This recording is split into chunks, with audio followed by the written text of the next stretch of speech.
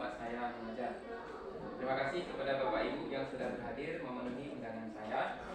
Baik, langsung saja untuk menghemat waktu, langsung kita mulai pada acara yaitu penyebaran pemahaman tentang budaya positif. Perkenalkan, nama saya Adnan, CGP Angkatan 8 Kabupaten Aceh Utara. Adapun tujuan pembelajaran, yaitu CGP dapat menyampaikan pembelajaran dari penerapan konsep inti dari modul budaya positif serta pemahaman mereka mengenai konsep-konsep inti dalam modul budaya positif. Jadi di sini saya sebagai calon guru penggerak harus mampu untuk menyampaikan pembelajaran yang telah saya dapatkan dari penerapan konsep inti dari modul budaya positif. Kemudian pendidik dan petani. Kita sebagai pendidik diibaratkan sebagai seorang petani yang memiliki peranan penting untuk menjadikan tanamannya tumbuh subur. Kita harus dapat memastikan bahwa tanah tempat tumbuhnya tanaman adalah tanah yang cocok untuk ditanami. Jadi yang dimaksud dengan petani di sini adalah kita sebagai pendidik ini diibaratkan sebagai petani, dan yang menjadi tanah di sini yaitu sekolah kita. Sekolah kita ini harus menjadi lahan ataupun tanah yang subur agar dapat ditanami dengan baik. Kemudian, bagaimana menciptakan suatu lingkungan positif yang terdiri dari warga sekolah yang saling mendukung, saling belajar, saling bekerja sama sehingga tercipta kebiasaan-kebiasaan baik. Dari kebiasaan-kebiasaan baik akan tumbuh menjadi karakter baik warga sekolah, dan pada akhirnya karakter dari kebiasaan-kebiasaan baik akan membentuk sebuah budaya positif. Nah, bagaimana kita menciptakan lingkungan positif ini agar terbentuk suatu budaya positif? Nah, seperti inilah ceritanya. Kemudian perlu diingat, selama seseorang merasakan tekanan-tekanan dari lingkungannya, maka proses pembelajaran akan sulit terjadi. Dan salah satu tanggung jawab kita sebagai pendidik adalah menghilangkan atau mencabut gangguan-gangguan yang menghalangi proses pengembangan potensi murid. Jadi tugas kita di sini apa halangannya, apapun tekanannya, sekolah ini kita ciptakan lingkungannya itu harus nyaman sehingga siswa itu nyaman untuk belajar, siswa itu tenang untuk belajar di sekolah kita, aman mereka dari semua gangguan. Maka kita harus mampu untuk menciptakan lingkungan-lingkungan yang seperti itu yang diharapkan murid agar mereka itu nyaman belajar di sekolah. Nah, kemudian kita tanya pada diri sendiri, apa pentingnya menciptakan suasana positif di lingkungan? Apa pentingnya? Menurut Bapak bagaimana?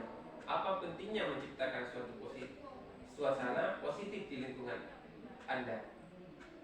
Sebagai seorang pendidik dan atau pemimpin sekolah, bagaimana Anda dapat menciptakan suasana positif di lingkungan Anda selama ini? Apakah hubungan antara menciptakan suasana yang positif dengan proses pembelajaran yang berpihak pada murid? Dan yang keempat, bagaimana penerapan disiplin salat ini di sekolah Anda? Apakah sudah ditetapkan? Apakah sudah diterapkan dengan efektif? Bila belum, apa yang menurut Anda masih perlu diperbaiki dan dikembangkan? Bagaimana Bapak Ibu? Mengenai pertanyaan ini, apa pentingnya? Tentunya suasana positif di lingkungan kita ini sangat penting ya Bapak Ibu. Sangat penting kita ciptakan suasana positif di lingkungan. Supaya apa? Supaya siswa-siswa, anak-anak kita yang belajar di sekolah kita menjadi aman, nyaman dalam belajar. Nah, selanjutnya, sekarang coba Bapak Ibu pejamkan mata. Kemudian bayangkan sekolah impian Anda. Bagaimana suasana sekolahnya? Sekolah impian Bapak ini, bagaimana suasana sekolahnya? Bagaimana sikap gurunya? Bagaimana tutur kata guru? Bagaimana guru bersikap kepada murid-muridnya? Bagaimana sikap murid-muridnya? Bagaimana mereka saling berinteraksi terhadap Anda sebagai pemimpin sekolah dan terhadap guru-guru yang lain? Sudah Bapak Ibu sudah membayangkan bagaimana? Sudah Bapak Ibu? Sudah. Ya. Nah, impian Anda untuk mewujudkan sekolah impian tersebut. Bila Anda adalah seorang pemimpin di sekolah Anda, bagaimana Anda akan menciptakan sebuah lingkungan yang positif di sekolah Anda? Apa strategi akan Anda pilih? Bagaimana Anda akan menerapkan disiplin positif? Apa yang perlu kita lakukan terlebih dahulu? Tentunya menghilangkan rasa takut dalam diri murid sehingga mereka merasa aman dan nyaman berada di sekolah. Dan bahwa membuat kesalahan adalah suatu proses pembelajaran itu sendiri. Jadi ketika siswa berbuat kesalahan itu bukan sebuah kesalahan, tapi dari kesalahan itu kita jadikan sebagai pelajaran untuk mereka memperbaiki ke depannya dan tidak mengulang lagi kesalahan. Mereka itu dapat belajar dari kesalahannya. Kemudian disiplin positif dan nilai-nilai kebajikan universal.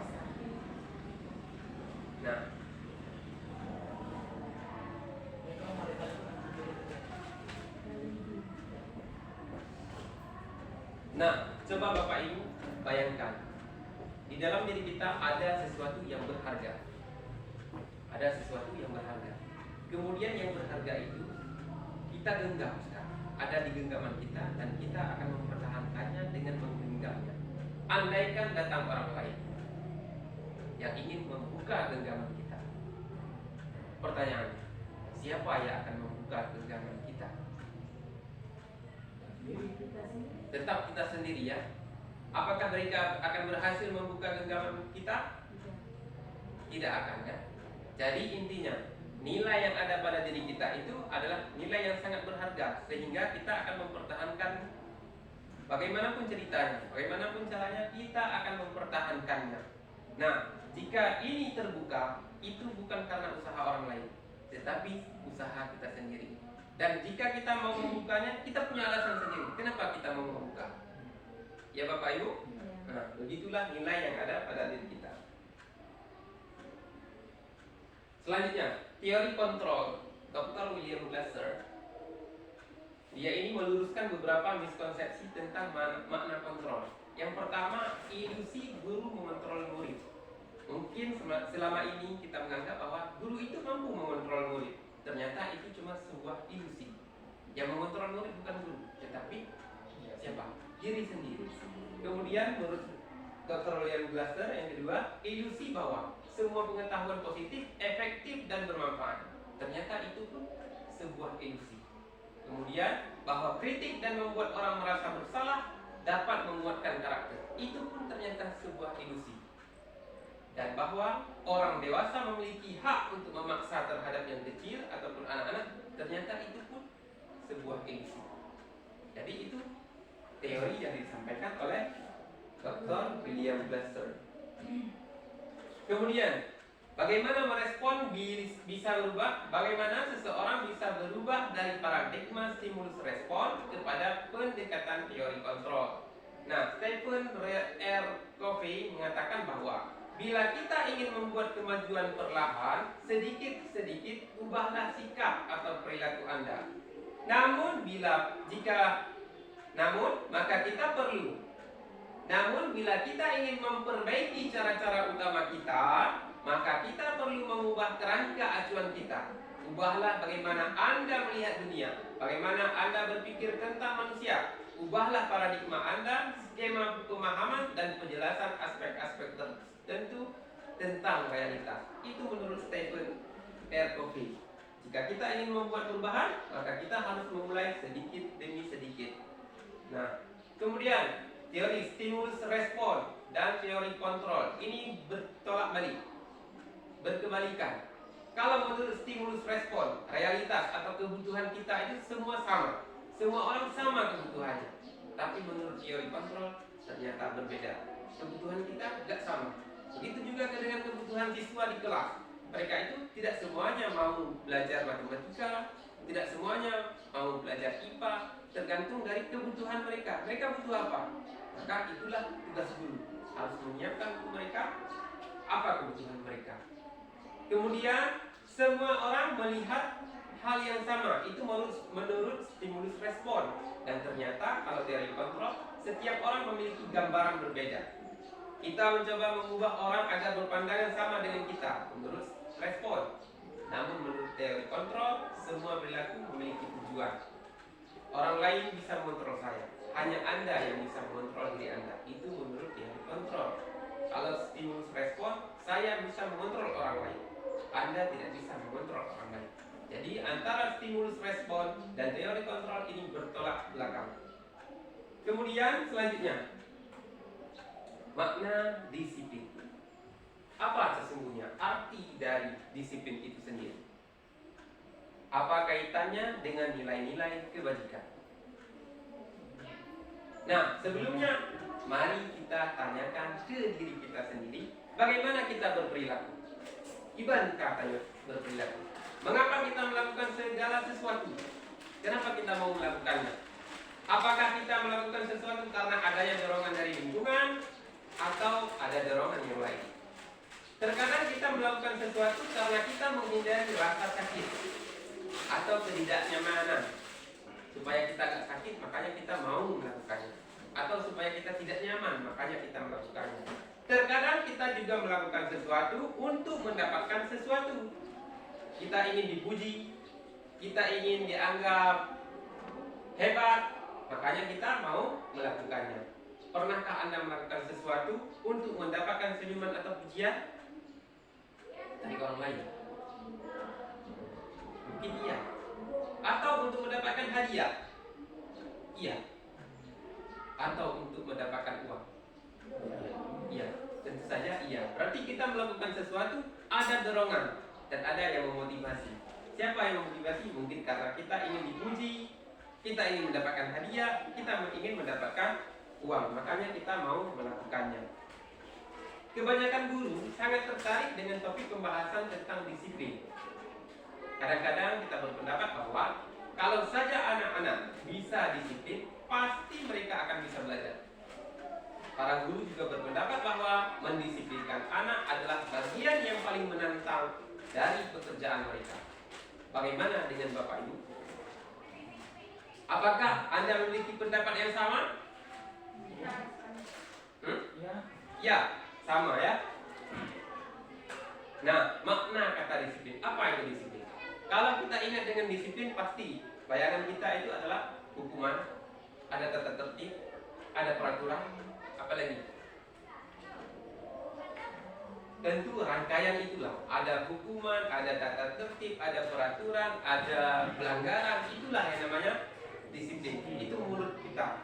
Sebenarnya disiplin itu apa? Menurut Ki Hajar Dewantara, Bapak pendidikan kita, mengatakan bahwa di mana ada kemerdekaan, disitulah harus ada disiplin yang kuat. Sungguh pun disiplin itu bersifat self-disiplin, yaitu kita sendiri yang mewajibkan kita dengan sekeras-kerasnya, tetapi itu sama saja. Sebab jikalau kita tidak cakap melakukan self-disiplin, wajiblah penguasa lain mendisiplinkan kita. Dan peraturan demikian itulah harus ada di dalam suasana yang merdeka. Artinya disiplin itu selain didorong dari dalam diri, kalau kita sendiri tidak mampu mendisiplinkan diri, maka yang lain yang akan mendisiplinkan kita. Itu menurut Bapak Ki Hajar Dewantara. Lalu ada lagi dari Diane Gerson. Disiplin diri dapat membuat seorang menggali potensinya menuju kepada sebuah tujuan, sesuatu yang dihargai dan bermakna. Dengan kata lain, disiplin diri juga mempelajari bagaimana cara kita mengontrol diri dan bagaimana menguasai diri untuk memilih tindakan yang mengacu pada nilai-nilai yang kita hargai.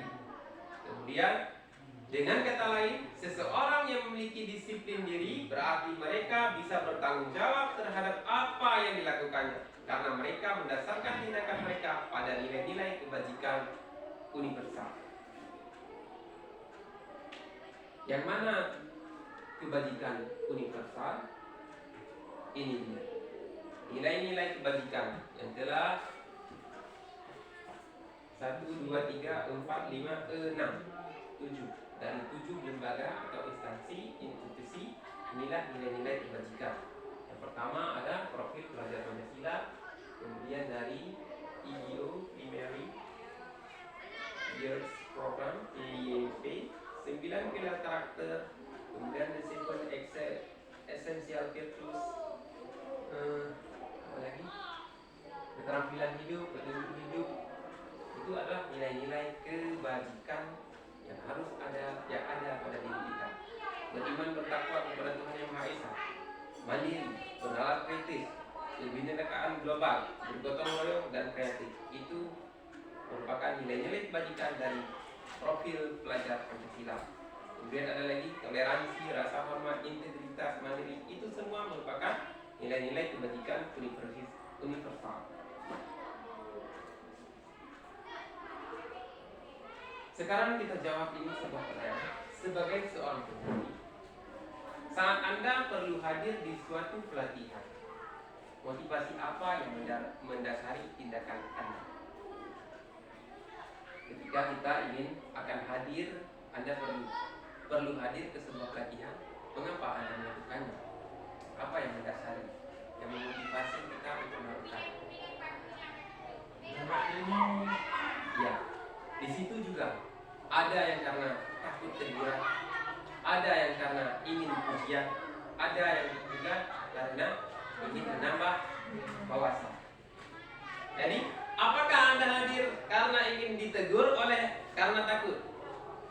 Apakah Anda hadir karena tidak ingin ditegur oleh pihak panitia atau pengawas Anda dan mendapat surat teguran? Bisa saja iya. Itu bergantung kepada motivasi diri kita. Kemudian ada juga Anda ingin dilihat dan dipuji oleh lingkungan Anda atau mendapat penghargaan sebagai kepala sekolah berprestasi. Tentu ya, ada. Itu motivasi kita. Ingin pilih-pilih. Kemudian ada Anda ingin menjadi pembelajar sepanjang hayat, menjadi orang yang berusaha dan bertanggung jawab, serta menghargai diri sendiri sebagai teladan bagi murid-murid, guru-guru serta lingkungan, karena Anda percaya tindakan Anda sebagai pemimpin pembelajaran akan menjadi panutan oleh lingkungan Anda, menghargai nilai-nilai kebajikan diri sendiri. Nah, inilah yang memotivasi kita. Lalu bagaimana dengan kita? Manakah motivasi yang paling kuat mendasari tindakan kita? Kira-kira, kalau Bapak Ayub bagaimana? Dari ketiga ini, apa motivasi Bapak Ayub mau mengikut pelatihan? Apakah takut ditegur? Apakah ingin mendapat pujian? Ataukah untuk mendapatkan wawasan? Yang pertama untuk mendapatkan wawasan. Itu yang pertama. Yang kedua, kalau kita ikut akan ditegur oleh atasan. Ya, boleh. Nah, yang ketiga, ada sebagian orang kan ingin dapat pujian, dapat teman baru dan sebagainya, and so on. Itu motivasi kita, makanya kita bersemangat untuk mengikuti pelatihan-pelatihan yang ada. Untuk apa? Ikut pelatihan nanti tambah teman. Reunian. Ya, tergantung motivasi kita.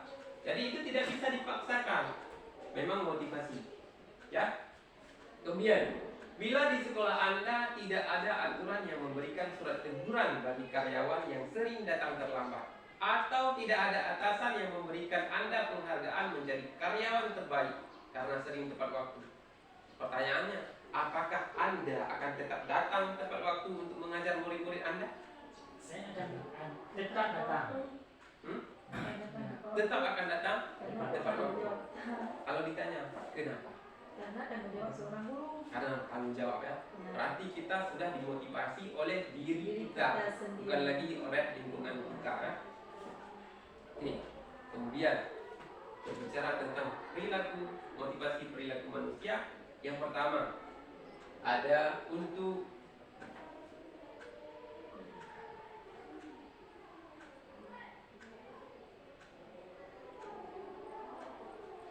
tiga motivasi perilaku manusia. Yang pertama untuk menghindari ketidaknyamanan atau hukuman orang dengan motivasi ini. Akan bertanya, apa yang akan terjadi apabila saya tidak melakukannya? Ini tiga motivasi perilaku manusia. Yang pertama, kalau saya tidak mengikutinya, apa yang akan terjadi pada saya? Itu motivasi yang pertama. Orang yang tidak nyaman, menghindari ketidaknyamanan, menghindari hukuman, mereka itu akan bertanya, jika saya tidak mengikutinya, apa yang akan terjadi pada saya? Nah, itu motivasi yang pertama. Motivasi yang kedua, untuk mendapatkan imbalan. Ini lain lagi pandangannya. Orang itu akan bertanya, apa yang akan saya dapatkan kalau saya melakukannya? Kata dia itu inginnya imbalan. Apakah nanti akan saya dapatkan uang? Apakah dapat penghargaan atau apa? Jadi yang ditanyakan ketika dia mau melakukan sesuatu, apa yang akan saya dapatkan? Beda dengan motivasi yang pertama. Kalau motivasi yang pertama, apa yang akan saya alami apabila saya tidak melakukannya? Itu motivasi yang pertama dan yang kedua. Dan yang ketiga, untuk menjadi orang yang mereka inginkan dan menghargai diri sendiri dengan nilai-nilai yang mereka percaya. Orang dengan motivasi ini akan bertanya, akan menjadi orang seperti apa apabila saya melakukannya? Jadi 3 motivasi ya. Beda-beda. Pertanyaan yang akan muncul pun akan berbeda ketika hendak melakukan sesuatu. Saya akan menjadi orang seperti apa jika saya melakukannya? Saya akan mendapatkan apa jika saya melakukannya? Jika saya tidak melakukannya, apa yang akan terjadi dengan diri saya? Jadi beda motivasinya. Selanjutnya,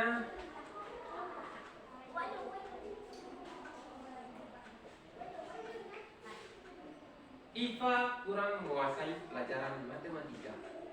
Ini kasus. Sehingga pada saat pelajaran tersebut berlangsung, dia lebih banyak berdiam diri atau menggambar di buku pelajarannya. Pada saat guru matematikanya Pak Seno menanyakan pertanyaan, Iva menjadi gugup dan tidak sengaja menjatuhkan tasnya dari kursi, serta tiba-tiba menjadi gagap pada saat berupaya untuk menjawab. Seluruh kelas pun tertawa melihat perilaku Iva yang bicara tergagap dan terkejut tersebut. Pak Seno pada saat itu membiarkan teman-teman Iva menertawakan Iva yang tergagap dan malu luar biasa, dan malahan minta Iva untuk maju ke depan dan berdiri di depan kelas sambil menunjuk hidungnya karena tidak bisa menjawab pertanyaan Pak Seno. Kelas makin gaduh dan anak-anak pun tertawa melihat Iva di depan kelas memegang ujung hidungnya. Pertanyaannya, apakah Anda setuju dengan tindakan Pak Seno terhadap Iva? Tidak. Ya, Tidak. Mengapa? karena dia menentukan mental anak-anak. Karena dapat menjatuhkan mental anak-anak. Menurut Anda, tindakan Pak Seno terhadap Iva adalah sebuah hukuman atau konsekuensi? Sebuah hukuman. Hukuman. Sebuah hukuman. Mengapa? Karena dia gara-gara menjatuhkan karena tidak Tidak bisa menjawab pertanyaan Pak Seno. Terus? Pak Seno itu berpikir bahwa mempermalukan Iva mungkin itu akan menjadi sebuah hukuman bagi Iva karena dia tidak bisa menjawab pertanyaan Pak Seno itu. Iya. Bisa saja. Kalau menurut Bapak? menurut ibu. Menurut Ibu boleh juga. Mengapa ini disebut hukuman? Karena dia ada buat kesalahan. Ya, karena dia sudah berbuat kesalahan. Sementara ia Sebenarnya tidak. Sementara tidak. boleh jadi tidak. Tidak. Karena dia itu tidak berbuat kesalahan ya. Iva tadi kan menjatuhkan Minta semua itu. tasnya pada saat dia menjatuhkan tasnya karena dia tidak Tidak sengaja. tidak memperhatikan apa yang dijelaskan oleh Pak Seno, sehingga Pak Seno dia gerah lihat, berarti si Iva ini main-main dia, Seakan-akan dia ini seakan-akan main-main. main-main. Tapi kita nggak tahu ya. Nah, kita nggak tahu. Padahal dia butuh apa? Nah, Kalau kita lihat cerita ini, dia butuh apa? Dia suka menggambar. berarti dia yang dia butuhkan adalah pensil, Hmm. rol, kertas kanvas. Jadi intinya ketika Pak Seno mengajar harusnya menampilkan kan gambar-gambar. Si Iva ini kan suka dengan gambar, jangan asal tulisan terus kan. Dia suka menggambar. Jadi ketika kita mengajar, kenapa anak-anak gak bisa fokus? Itulah bukan yang dia butuhkan, bukan kemauan dia. Dia gak suka tulis, catat buku, sampai habis. Ya, bisa. Dia tidak suka itu. Bukan itu yang dia inginkan. Dia ingin bergerak, makanya dia itu gak bisa duduk diam. Kenapa? Karena yang dia butuhkan gerak, bukan menulis. Ketika kita menjelaskan pembelajaran juga, dia itu butuh gambar. Kita cuma asik menjelaskan. Jadi siswa tidak fokus. Kenapa? Karena yang dia butuhkan bukan itu. Dia butuh gambar. Ketika kita mengajar menggunakan video, ternyata mereka itu sangat fokus. Berarti yang dia butuhkan adalah ya seperti itu. Bukan macam mengajar gaya konvensional. Tapi kita menggunakan berbagai media untuk merangkul mereka untuk belajar. Agar mereka mau belajar. Terserah. Kita lihat bagaimana karakter mereka itu belajar, maka itulah yang kita sediakan untuk mereka dalam belajar. Kita ini sebagai guru adalah pelayan, ya kan? Kita melayani, menjadi hamba, menghambakan diri kepada murid. Apa yang dia inginkan, maka kita harus memenuhinya. Kemudian hukuman, konsekuensi, dan restitusi. Seperti kasus tadi, apakah itu hukuman ataukah konsekuensi? Mungkin itu hukuman. Apa beda antara hukuman, konsekuensi, dan restitusi? Restitusi adalah proses menciptakan kondisi bagi murid untuk memperbaiki kesalahan mereka, sehingga mereka bisa kembali pada kelompok mereka dengan karakter yang lebih kuat. Seperti kasus kemarin, kasus di sekolah kita, ada siswa yang terjadi seperti itu. Nah, penyelesaian kemarin berarti kita sudah mengusulkan kepada mereka bagaimana mereka akan memperbaiki kasus tersebut. Bagaimana akan memperbaiki? Ternyata mereka akan meminta maaf. Dengan meminta maaf, selesailah dan tidak akan terjadi lagi hal-hal di belakang. Itu prinsip restitusi. Kita bukan menentukan, bukan guru yang menentukan bagaimana kalian harus menyelesaikan, itu urusan mereka bagaimana menyelesaikan. Sehingga ketika mereka mampu menyelesaikan masalah mereka, mereka itu akan menjadi pribadi yang lebih kuat. Mereka itu menjadi bertanggung jawab terhadap perbuatan kesalahan yang mereka lakukan. Karena kesalahan, dan tadi sudah dikatakan bahwa kesalahan itu adalah awal dari pembelajaran, ya.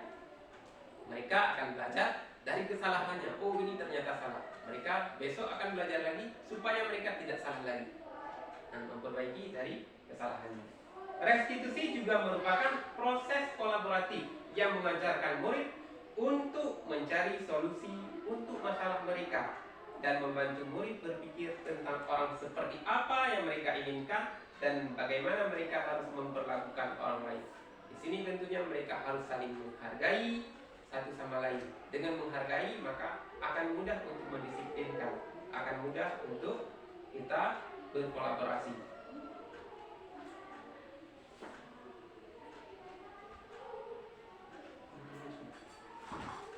Kemudian dihukum oleh penghargaan, sadar atau tidak sadar.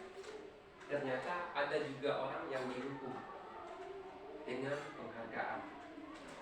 Alfie Koch yang menyatakan bahwa saat kita berulang kali menjanjikan hadiah kepada anak-anak agar berperilaku bertanggung jawab, atau kepada seorang murid agar mempelajari sesuatu yang baru, atau kepada seseorang karyawan agar melakukan pekerjaan yang berkualitas, sebenarnya kita sedang berasumsi mereka tidak dapat melakukannya, atau mereka tidak akan memilih untuk melakukannya. Makanya kita harus memberi iming-iming. Iming-iming itu ternyata adalah sebuah hukuman. Kita tidak sadar. Buat ini, kerjakan ini, nanti Bapak janjikan ini. Mereka mau melakukannya. Sebenarnya kita sudah mencap dia bahwa dia tidak mampu melakukannya. Jadi dari penghargaan itu, siapa nanti yang banyak nilainya akan mendapatkan ini. Mereka itu akan bekerja keras untuk mendapatkan yang diinginkan. Bukan nilainya, tapi hadiahnya. Artinya dia itu akan dihukum oleh hadiah itu. Pengaruhnya ada pengaruh jangka pendek, ada pengaruh jangka panjang. Penghargaan tidak efektif ternyata menurut si Alfie Koch ini. Pengaruhnya jangka pendek dan jangka panjang. Kita bisa mengatur anak untuk melakukan sesuatu. Kalau kita iming-iming sebuah penghargaan, pengaruhnya tidak lama, sebentar. Dia akan bekerja maksimal ketika kita iming-iming sebuah hadiah. Ketika kita tidak memberikan hadiah, dia tidak akan melakukannya lagi. Artinya motivasinya itu hanya sebentar. Kemudian penghargaan tidak efektif. Kadang-kadang ketika kita memberikan penghargaan seperti itu, mereka itu kerjanya asal jadi kurang efektif. Kemudian penghargaan itu merusak hubungan. Gara-gara kita memberi penghargaan kepada si fulan, maka si fulan nanti jadi tidak bagus lagi hubungan keduanya, tidak baik lagi hubungan keduanya, saling bermusuhan. Misalkan aja ketika kita memberikan peringkat kelas 1, 2, 3, beda nilainya cuma 1 digit, tapi akan jadi bermasalah. Kenapa? Kenapa harus dia? Yang jadi korbannya tetap yang ranking 2, yang peringkat 2, yaitu korban dari peringkat 1. Padahal bedanya cuma sedikit saja. Kenapa harus dia? Akhirnya mereka itu jadi dendam. Hubungan mereka akan kurang baik. Itu gara-gara penghargaan. Kemudian mengurangi ketepatan. Itu asal jadi aja dia bekerja. Kemudian menurunkan kualitas, mematikan kreativitas, menghukum, dan motivasi dari dalam diri atau motivasi intrinsik itu yang terbaik. Motivasi dari dalam diri itu yang terbaik. Jadi ketika siswa belajar karena termotivasi oleh dirinya, kenapa saya harus belajar? Karena itu penting bagi saya. Maka ketika itu mereka itu akan mendapatkan kepuasan batin terhadap motivasinya, terhadap apa yang diperolehnya nanti. Begitu Bapak Ibu.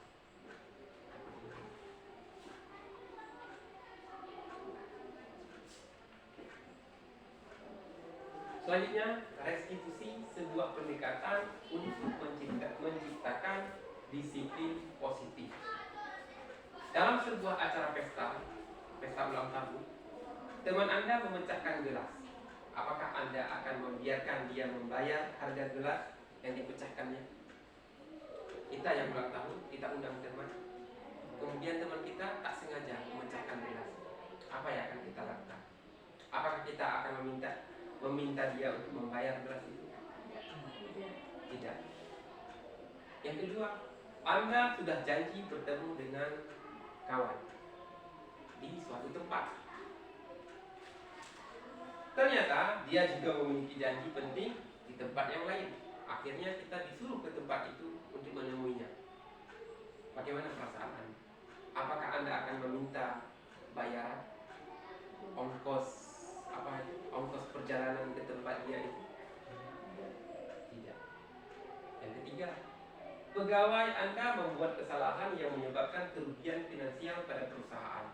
Pegawai tersebut menawarkan untuk bekerja lembur tanpa bayaran. Apakah Anda sebagai pemilik perusahaan akan menerimanya?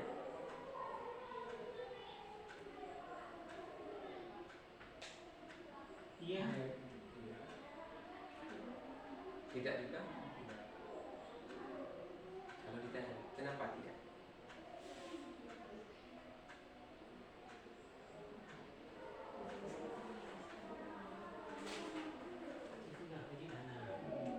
Kenapa ketika kita mengundang teman ke ulang tahun, dia memecahkan gelas, kita tidak minta dia membayarkan.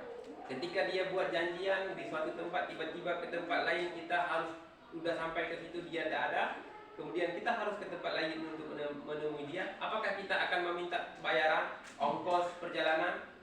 Kemudian ketika ini pegawai kita melakukan kesalahan yang menyebabkan kita rugi, apakah kemudian dia menawarkan untuk lembur, tak usah dibayar? Apakah kita akan menerimanya? Tidak. Semuanya tidak. Mana yang terbaik? Yang nomor 1, kenapa kita tidak meminta teman kita untuk membayar gelas yang dipecahkan? Karena kita tidak meminta untuk membayar gelas, karena kita memenuhi undangan. Undangan sudah kita penuhi, dia sudah merasa sesuatu yang begitu puas, begitu senang, begitu bangga dia dengan kehadiran kita. Jadi satu gelas yang pecah itu bisa diganti dengan kehadiran kita yang tidak bisa dia bayar sedemikian rupa. Ya, itu menurut kita ya. Ini kan Terima kasih. Kemudian yang kedua, Ketika meminta bertemu di tempat A, ternyata dia udah di tempat B, kita udah sampai di tempat A dan harus pindah ke tempat B. Apakah kita meminta bayaran ongkos perjalanan dari A ke B dari dia karena dia itu mau ubah janji? Tidak juga. Tidak juga. Karena kita mungkin sudah lama tidak pernah berjumpa dengannya. Terus begitu sekali dia telepon, halo mas, kita jumpa di sini ya. Oh ini kan kita harus ubah schedule ke tempat yang lain, mungkin lebih enak di sana, lebih enjoy, lebih fresh, lebih healing lagi kan. Berarti kita tidak minta bayaran. Bayaran. Dan yang ketiga, untuk kasus pegawai yang telah merugikan kita, dia minta lembur tanpa dibayar. Kenapa kita tidak menerimanya? Ini berapa Mas Mah? Apakah kita akan menerimanya? Kita udah dibuat rugi.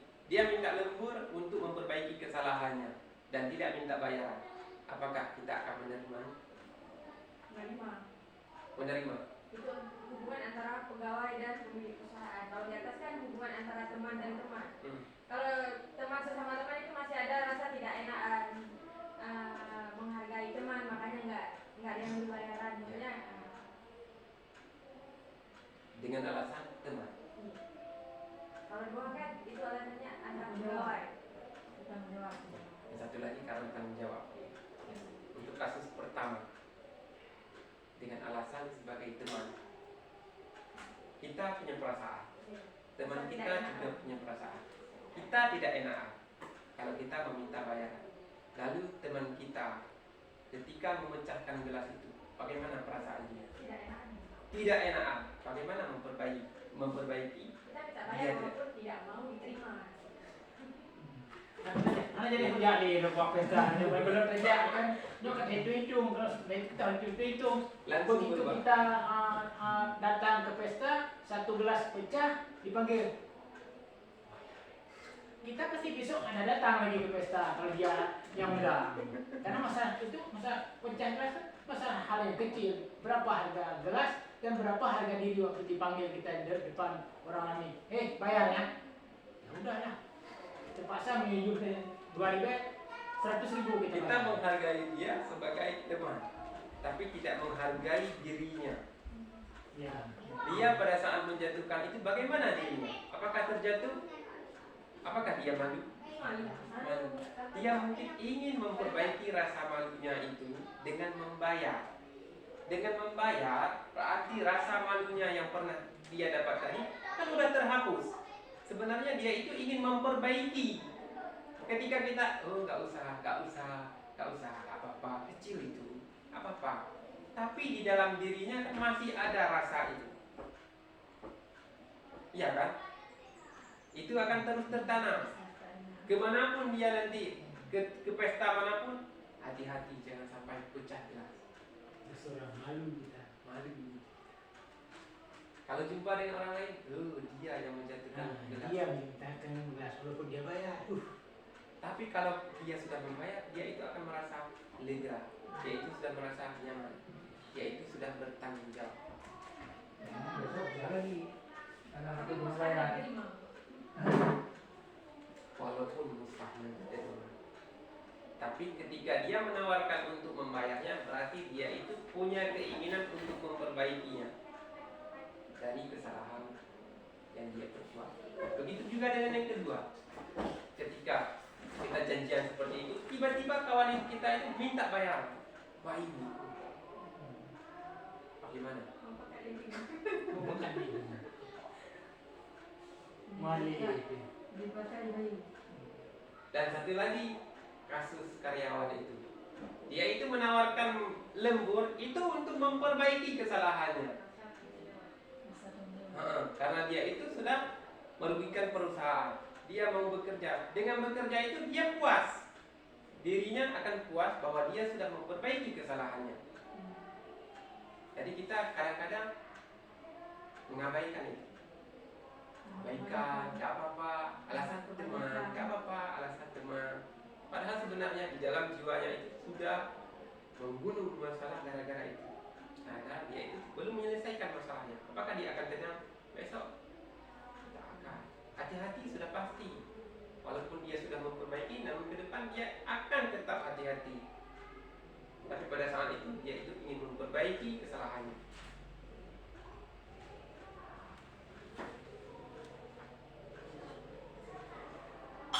Kemudian keyakinan kelas. Kita sudah buat keyakinan kelas. Mengapa keyakinan kelas? Mengapa tidak peraturan kelas?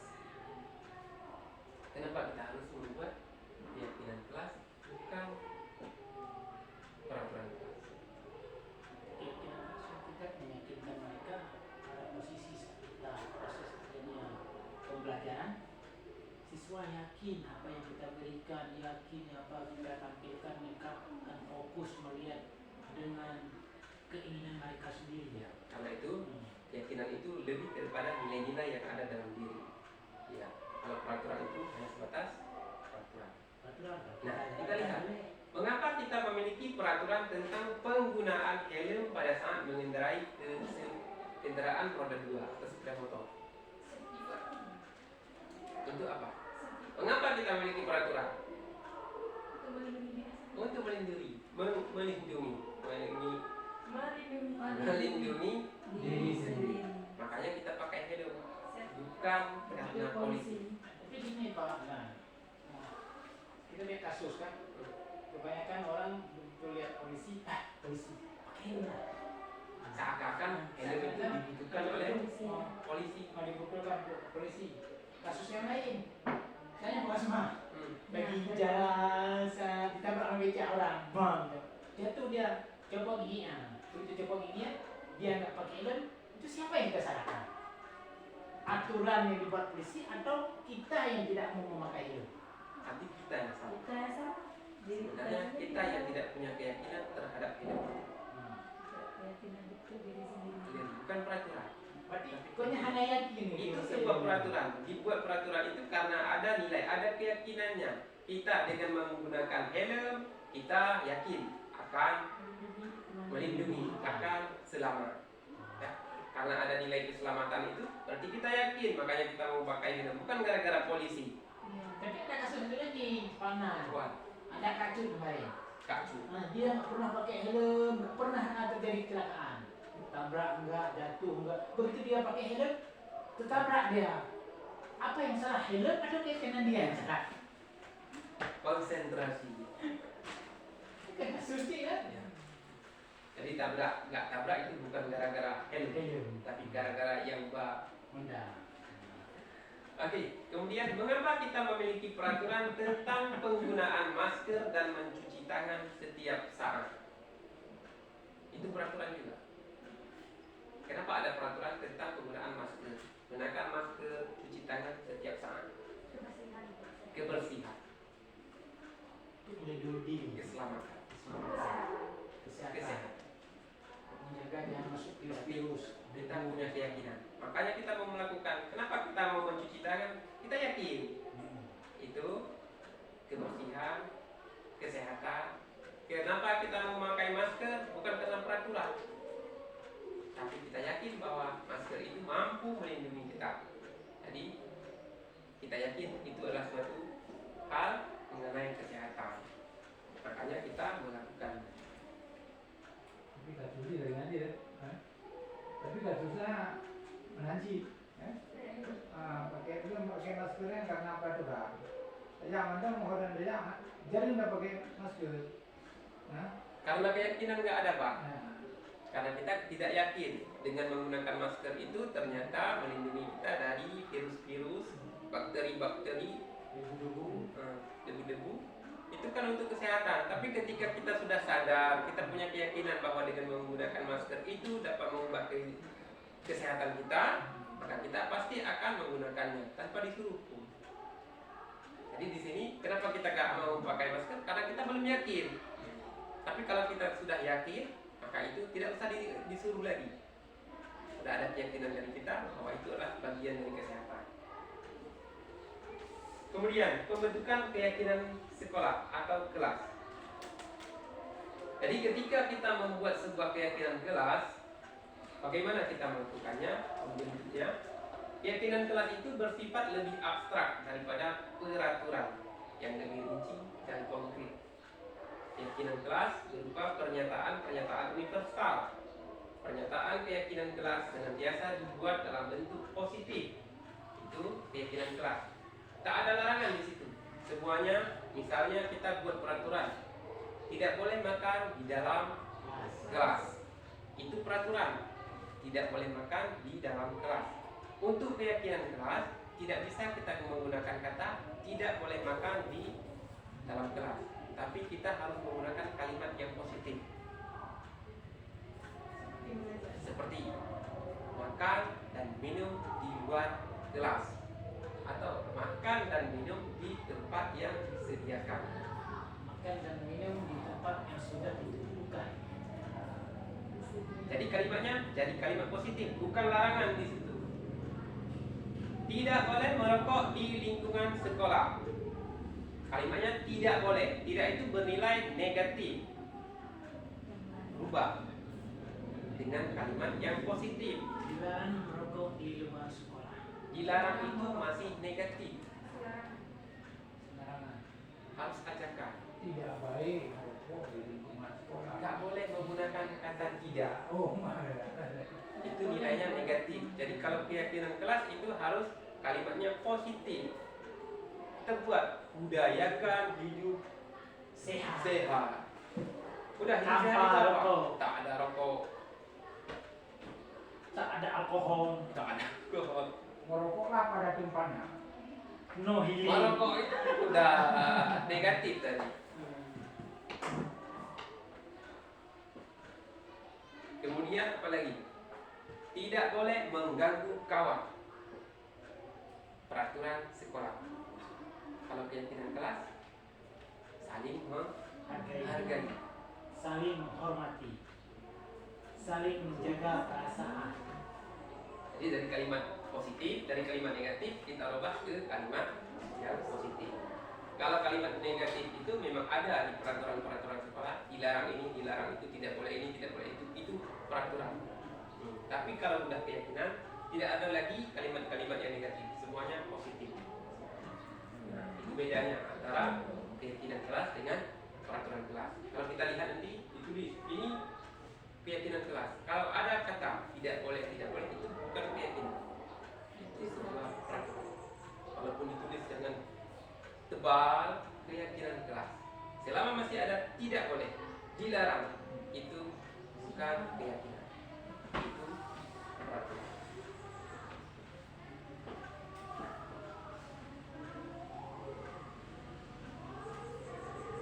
Kemudian keyakinan kelas hendaknya tidak terlalu banyak sehingga mudah diingat dan dipahami oleh semua warga kelas. Jadi dari sekian banyak kita buat peraturannya sampai 20. Nanti kita apa namanya? Bukan diuraikan lagi. Diringkas lagi. Poin 1 dengan poin 3 ini kayaknya sama. Nah, kita satukan aja, sehingga nanti mudah dalam mengingat. Paling 7. Jadi tidak banyak lagi sampai 20. Mana sanggup kita mengingat sampai 20? Saya sampai 7 masih. Oh, ini keyakinannya. Jadi jangan terlalu banyak. Kalau keyakinan kelas itu tidak terlalu banyak. Kemudian keyakinan kelas sebaiknya sesuatu yang dapat diterapkan di lingkungan sekolah, yang mampu kita terapkan. Itu yang kita buat sebagai keyakinan. Kalau nggak mampu kita terapkan, tidak usah dibuat. Kemudian semua warga kelas hendaknya ikut berkontribusi dalam pembuatan keyakinan kelas lewat kegiatan curah pendapat seperti yang kita lakukan kemarin. Kita kumpulkan semua siswa lalu kita tanyakan apa peraturannya, bagaimana menyimpulkan sebuah keyakinan kelas dari mereka. Jadi yang kita tulis adalah pendapat-pendapat mereka. Kita cuma mengarahkan ini jadi peraturan, ini jadi keyakinan. Kemudian yang terakhir, bersedia meninjau kembali keyakinan kelas dari waktu ke waktu. Setiap saat nanti kita evaluasi. Oh, ini sudah berjalan. Oh, ini sudah efektif. Yang tidak efektif, oh ini selama membuat keyakinan kelas ini, nilai ini belum pernah muncul, maka kita hapus saja. Berarti itu tidak kita terapkan. Berarti itu tidak kita lakukan. Dan jika ada yang perlu diperbarui, kita perbarui. Nah, keyakinan kelas itu kita buat sesuai dengan kebutuhan kita. Perlu kita ketahui, kebutuhan dasar manusia dan dunia berkualitas itu ada 5 kebutuhan manusia. Yang pertama, semua manusia itu ingin bertahan hidup. Makanya terjadi mungkin di luar sana, kenapa terjadi kriminal? Itulah karena mereka ingin bertahan hidup. Kenapa orang mau bekerja? Ingin bertahan hidup. Alasannya ekonomi. Kalau urusan bertahan hidup itu adalah urusan makan. Kemudian kasih sayang dan rasa diterima. Semua manusia punya kebutuhan itu. Ingin kasih sayang, ingin merasa diterima. Kemanapun kita pergi, kita ingin merasa ingin diterima. Kita ke apa ya? Kita mau berbelanja. Kita lihat di tempat pembelanjaan itu, apakah kita disambut dengan baik atau tidak? Kalau disambut baik, maka kita akan berbelanja di situ. Kalau disambutnya tidak baik, Jadi berbelanja. tidak jadi berbelanja. Tidak ada rasa Karena aman. kita kebutuhan kita adalah diterima, kasih sayang. Diterima. Begitu juga dengan di sekolah. Siswa-siswa yang datang ke sekolah kita, mereka itu ingin diterima. Makanya kita harus menyambutnya. Kemudian lagi kebebasan. Kebebasan itu adalah kebutuhan kita untuk menentukan pilihan. Saya ingin apa? Saya ingin pulang. Kurang cepat. Saya ingin pulang cepat. Itu pilihan kita. Kalau tidak ada aturan, maka kita akan melakukannya. Kita akan pulang. Tidak bisa orang mengatakan tidak boleh pulang. Karena tidak ada aturan. Kalau tidak ada aturan. Tapi kalau di dunia yang beraturan, tidak boleh pulang. Maka kita akan mengikutinya. Itu sesuai. Pasti kayak bilang, yang pulang cepat, yang sering pulang cepat, semua ada sisa leha. Pasti mereka akan marah. Itu pilihannya. Menentukan pilihan. Kemudian ada penguasaan. Penguasaan itu berarti pengakuan bahwa kita ini bisa. Semua orang pengen pengakuan dari orang lain. Oh, dia itu bisa. Oh, dia itu mampu. Semua orang punya kebutuhan seperti itu. Kemudian yang kelima, kesenangan. Semua orang ingin main. Ini senang. Pengen senang. Itu adalah kebutuhan. Tidak dapat dielak, memang semua butuh itu.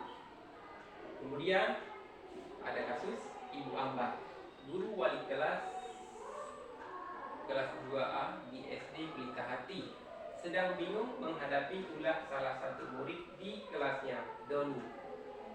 Beberapa anak di kelas 2A telah datang kepadanya dan mengeluhkan Doni yang seringkali meminta bekal makan siang mereka dengan paksa. Nah, jika kita menghadapi situasi seperti itu, apa yang akan kita lakukan? Apa yang akan kita lakukan? Kita buat anak muda. Tentu saja dengan menegur si Doni dan memanggil, jangan di depan kawan-kawan yang lain. Mungkin kita panggil dia sendiri, kita beri arahan, kita rangkul, kita beri gambaran yang baik kepada si Doni ini. Jangan dengan kekerasan, mungkin dengan merangkul dan memeluk, memberi arahan-arahan yang positif. Tapi, Manjit. apakah kebutuhannya tercukupi, terpenuhi? Dari segi kasih sayang, perhatian. Kalau si Doni itu kasusnya beberapa anak di kelas 2A telah datang kepadanya dan mengeluhkan Doni yang seringkali meminta bekal makan siang mereka dengan paksa. Apa yang Doni butuhkan? Makan. Dia bukan kesenangan kan? Dia butuh makan. Padahal kan dia kan sudah kita beri Tapi kita harus bertanya dulu kepada si Doni, kenapa kamu lakukan itu? Apa yang kamu ingin tahu dulu? Nah, kalau dari kasus itu yang terbayang di diri kita apa? Dia itu butuh apa? Kebutuhan tadi 5. Apakah dia butuh kesenangan? Dengan makan dia senang? Ternyata bukan. Dia makanan itu dia bertahan hidup. Nah, solusinya bagaimana Bapak Ibu? bukan datang dipeluk, diberi kasih sayang. Berikan dia Cinta. makanan. Itu solusi untuk dia. Itu yang dia butuhkan. Makanya dia membuat kasus. Kenapa? Karena dia itu ada sesuatu yang tidak terpenuhi, yaitu kebutuhan untuk bertahan hidupnya. Nah, selanjutnya, dunia berkualitas. Anda adalah tempat khusus dalam dunia berkualitas. Anda adalah tempat khusus dalam pikiran Anda. Tempat Anda menyimpan gambaran representasi dari semua yang Anda inginkan. Bisa berisi orang-orang, hal-hal, dan apa saja yang terbaik dalam hidup Anda, dan membuat Anda merasa bahagia dan terpenuhi kebutuhan Anda. Menurut kita juga, murid kita juga mempunyai gambaran dunia berkualitas mereka. Tentunya sebagai guru kita ingin mereka memasukkan hal-hal yang bermakna dan nilai-nilai kebajikan yang hakiki ke dalam dunia berkualitas mereka. Bila guru dapat membangun interaksi yang memberdayakan dan memerdekakan murid, maka murid akan meletakkan dirinya sendiri sebagai individu yang positif dalam dunia berkualitas, karena mereka menghargai nilai-nilai kebajikan. Itu yang disebut dengan dunia berkualitas. Suatu tempat khusus dalam pikiran kita, menyimpan gambaran representasi dari semua yang kita inginkan. Kita ingin ini, kita ingin itu adalah dunia berkualitas kita. Untuk mendapatkan itu, siapa yang kita butuhkan? Misalnya, kita berpikir, siapa orang terpenting dalam hidup kita? Siapa orang terpenting dalam hidup kita? Mengapa orang itu penting buat kita? Apa yang telah dilakukannya untuk kita? Jadi lingkungan keluarga itu, kalau kita menganggap bahwa keluarga itu yang terpenting, berarti lingkungan keluarga itu adalah dunia berkualitas buat kita. Itu gambaran. Siapa yang terpenting? Oh, ayah. Berarti ayah itu bagian dari dunia berkualitas. Kemudian ada 5 posisi kontrol. Selanjutnya 5 posisi kontrol. Dalam melakukan kontrol terhadap murid, kadang-kadang kita bersikap sebagai penghukum, kadang-kadang sebagai pembuat rasa bersalah, kadang-kadang sebagai manajer, pemantau, dan kadang-kadang sebagai teman. Mana yang lebih efektif? Kita lihat video berikut.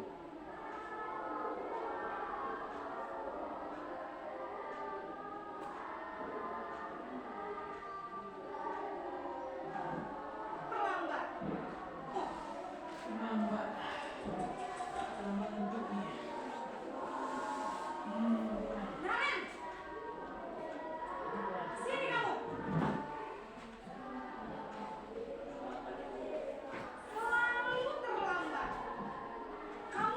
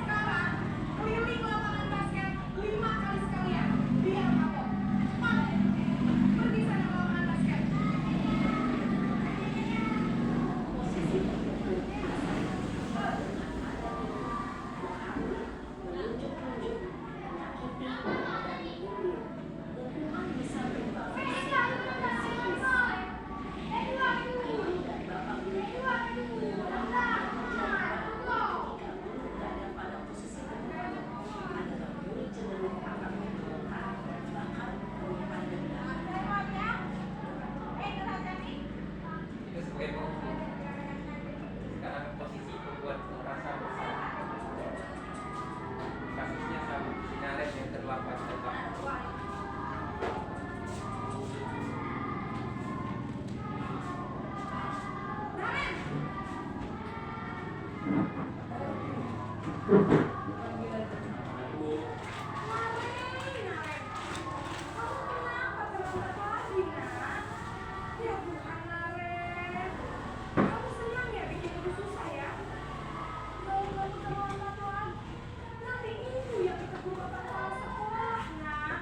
Disangka ibu tidak bisa membina kamu. Duh, gimana ini? Maaf Bu. Duh, Gusti Naren. Kamu suka ya kalau ibu tegur bapak kepala sekolah? Terus, sekarang ibu harus tulis apa ini di buku absen? Ini kamu sudah sering terlambat loh. Ibu harus apa coba? Maaf Bu. Maaf sekali.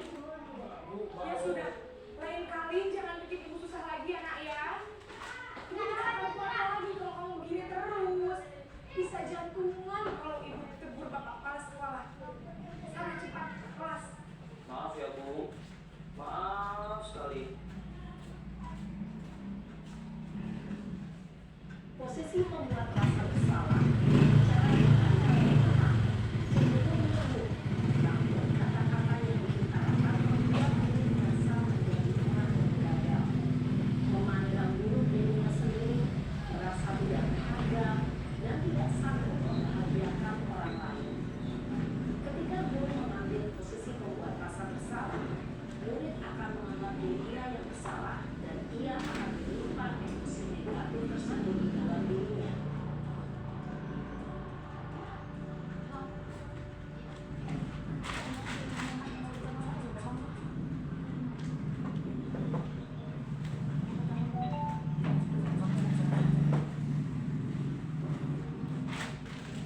Naren!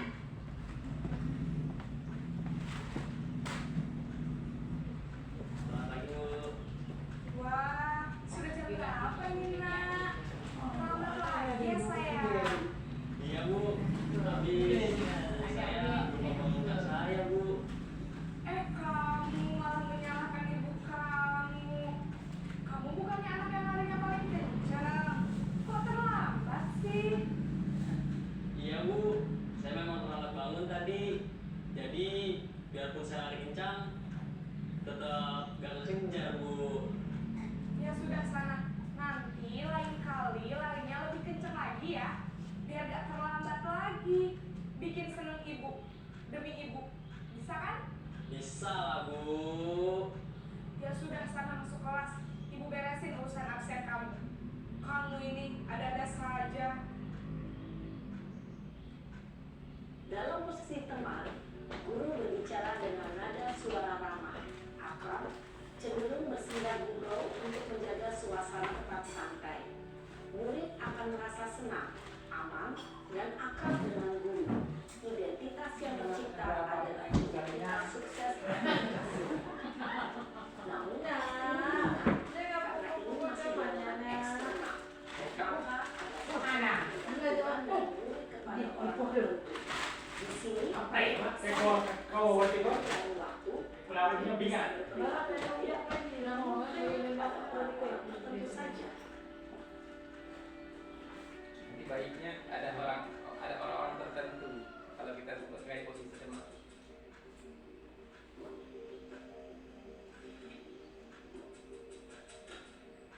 Itu pemantau. Naren!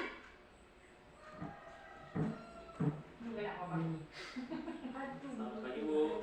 Naren, apa peraturan sekolah kita tentang jam berapa kita harus masuk sekolah, nak?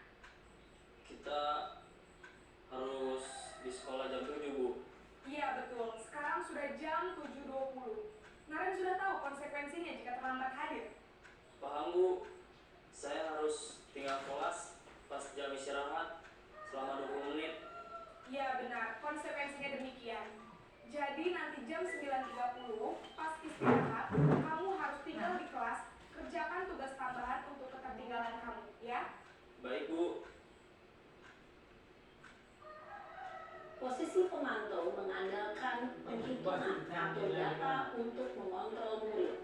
Guru mengarahkan murid berdasarkan peraturan dan konsekuensi. Seorang Seorang pemantau menunjukkan bahasa tubuh dan ekspresi wajah yang datar dan cenderung formal.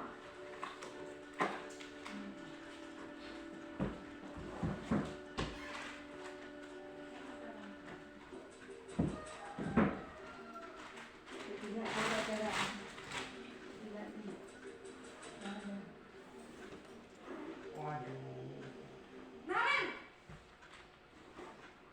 Aduh, bunyi tetap.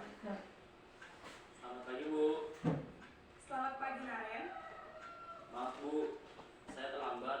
Iya, sekolah masuknya jam 7, sekarang sudah jam 7.20. Jadi sekarang bagaimana ini Naren? Maaf Bu, saya lupa setel alarm saya semalam. Baiklah, menurut kamu, keyakinan sekolah yang mana yang perlu kamu tingkatkan? Menghargai diri sendiri dan orang lain mungkin ya Bu. Setuju. Jadi, apakah Naren meyakini prinsip saling menghormati tersebut? Iya Bu, saya meyakininya. Apakah Naren bersedia memperbaiki masalah keterlambatan ini? Bersedia Bu. Bagaimana kamu akan perbaiki masalah keterlambatan ini? Saya akan coba untuk tidak lupa menyetel alarm saya Bu. Baik, kalau Naren lupa menyetel alarm di rumah, ada orang yang kira-kira bisa bantu mengingatkan tidak? Ada Bu, kakak saya, Kak Emma. Ada lagi selain Kak Emma?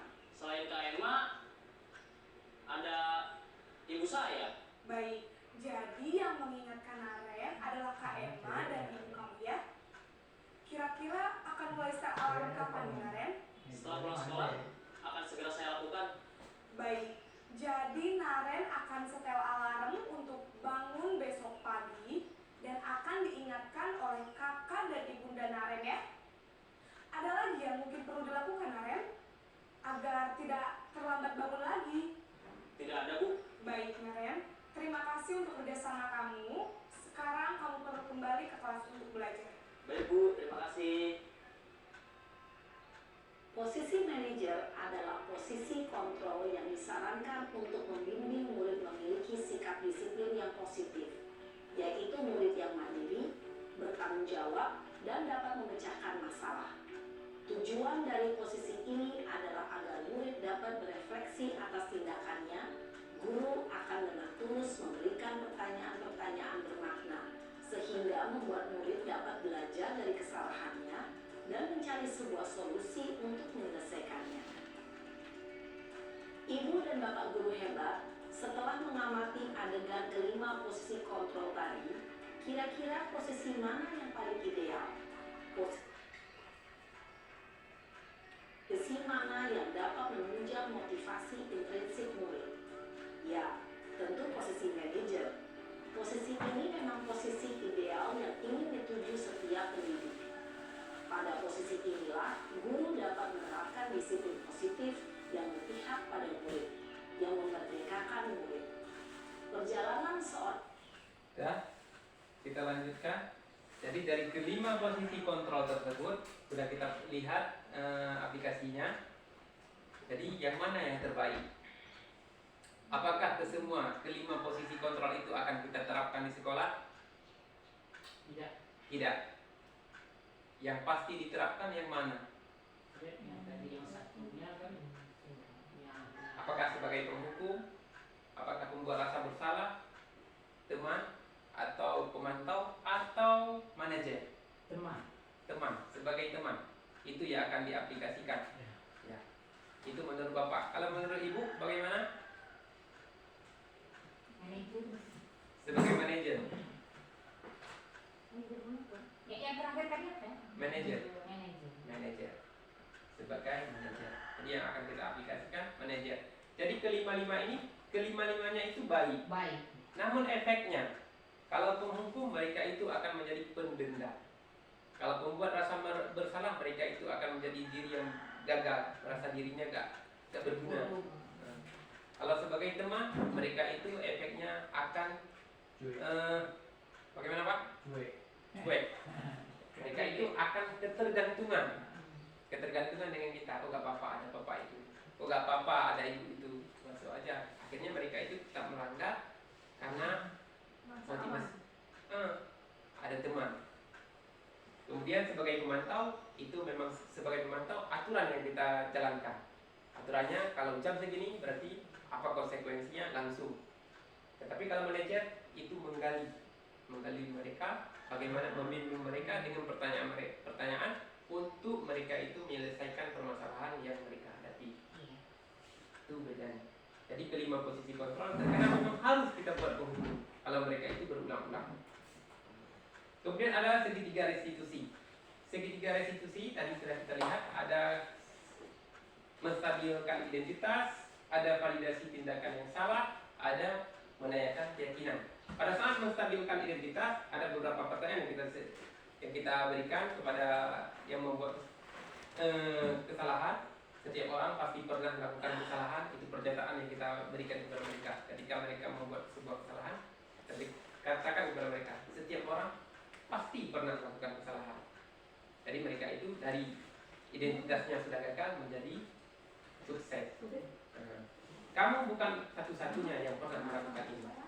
Kemudian, adakah cara yang lebih efektif untuk mendapatkan apa yang kamu butuhkan? Itu di saat kita memvalidasi tindakan mereka itu salah, supaya mereka itu membenarkan tindakannya. Kamu tentu punya alasan mengapa melakukan ini, mengapa melakukan itu. Jadi mereka itu dapat memvalidasi bahwa tindakan itu salah.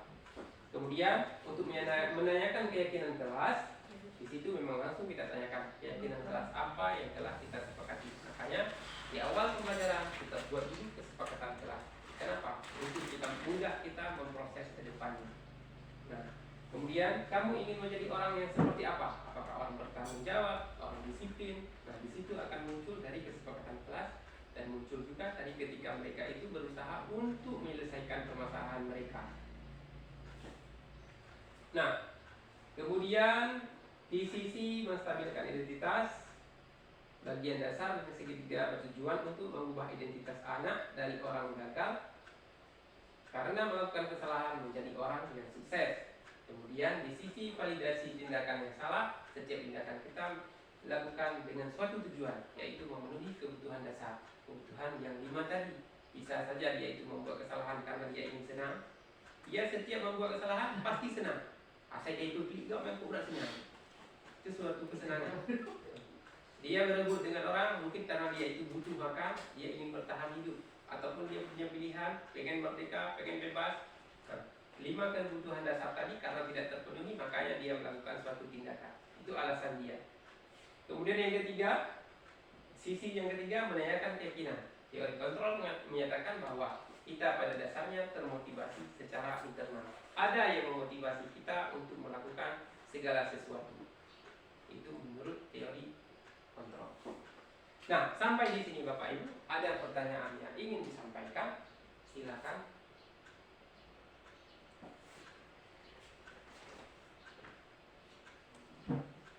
Kalau misalnya Pak seperti anak kita, Ya. keempat posisi kontrolnya anak korban itu cara kedua. 5 posisi. 5 posisi kontrolnya anak korban. Putar. Apa yang akan kita lakukan jika kelima? Sebenarnya kan kelima posisi kontrol itu kita bersikap sebagai penghukum. Mungkin mimik kita ketika menghukum. Sekarang mimiknya kan tidak serius. Jadi antara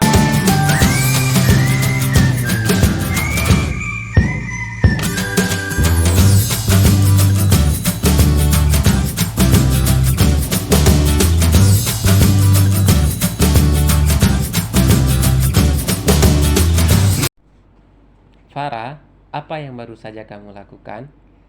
Saya baru saja buang sampah sembarangan. Kamu melakukan itu pasti punya suatu alasan, bukan? Iya Pak, saya terburu-buru mau masuk ke kelas untuk mengerjakan tugas yang belum siap Pak. Iya, semua orang pernah berbuat salah, membuang sampah sembarangan, bahkan lebih parah dari itu, ya kan? Iya Pak. Nah, sekarang kita lihat lagi tindakan kamu membuang sampah sembarangan. Kira-kira tindakan kamu itu sesuai dengan keyakinan atau prinsip kamu tidak? Tidaklah Pak. Tidak baik membuang sampah sembarangan.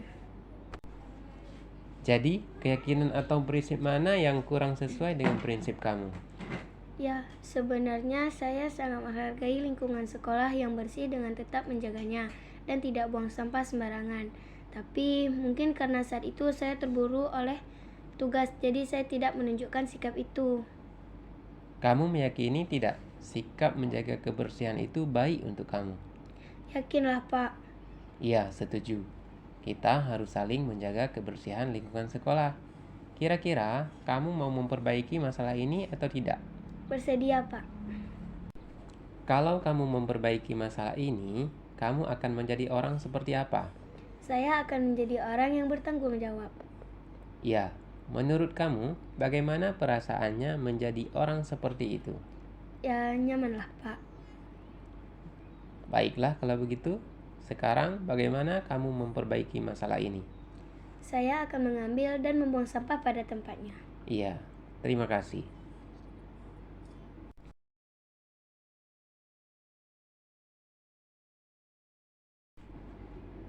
Farah, apa kabar?